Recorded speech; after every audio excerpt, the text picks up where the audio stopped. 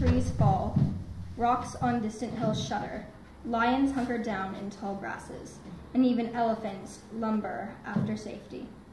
When great trees fall in forests, small things recoil into silence, their senses eroded beyond fear. Whistling through the weeping willow tree, its teary leaves drip silently into the fast-flowing river. They float freely, dancing in the dappled daylight. Caught in the rustic reeds, they plan their escape. Older girls, shops, magazines, newspapers, window signs, all the world agreed that a blue-eyed, yellow-haired, pink-skinned doll was what every girl child treasured. Here, they said, this is beautiful, and if you are on this day worthy, you may have it.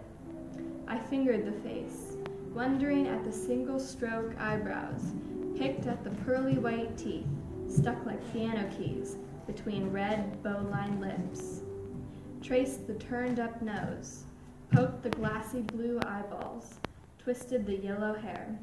I could not love it, but I could examine it to see what it was that all the world said was lovable. Lonely swan in the silver lake, you are drifting alone. Oh, you know how a heart can break. When love has flown, when to some distance ocean crossed, some mysterious sea, though a lover be ever lost, love cannot be.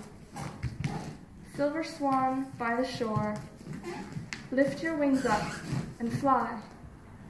Will you wait evermore, let life pass you by? You belong to the sun, you belong to the sky. You have more than one song to sing before you die.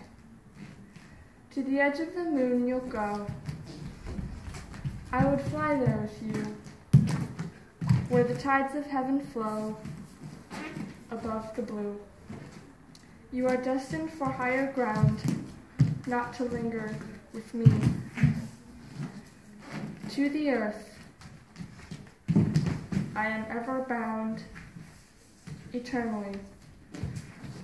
We belong to the sun.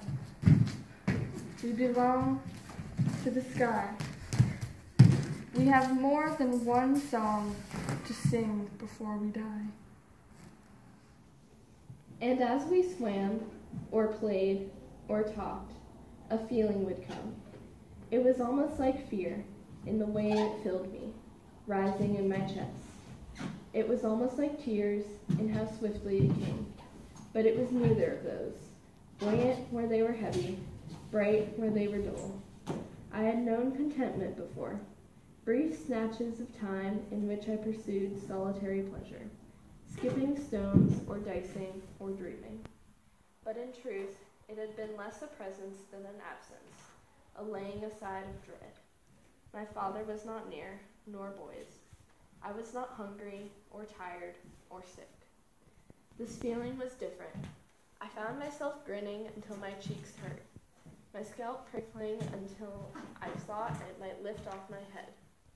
My tongue ran away from me, giddy with freedom. This and this and this, I said to him.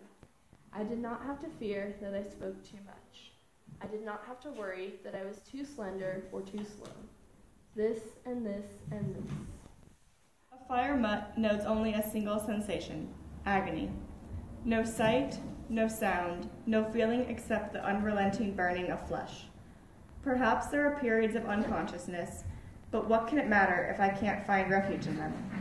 I am Cinna's bird, ignited, flying frantically to escape something inescapable.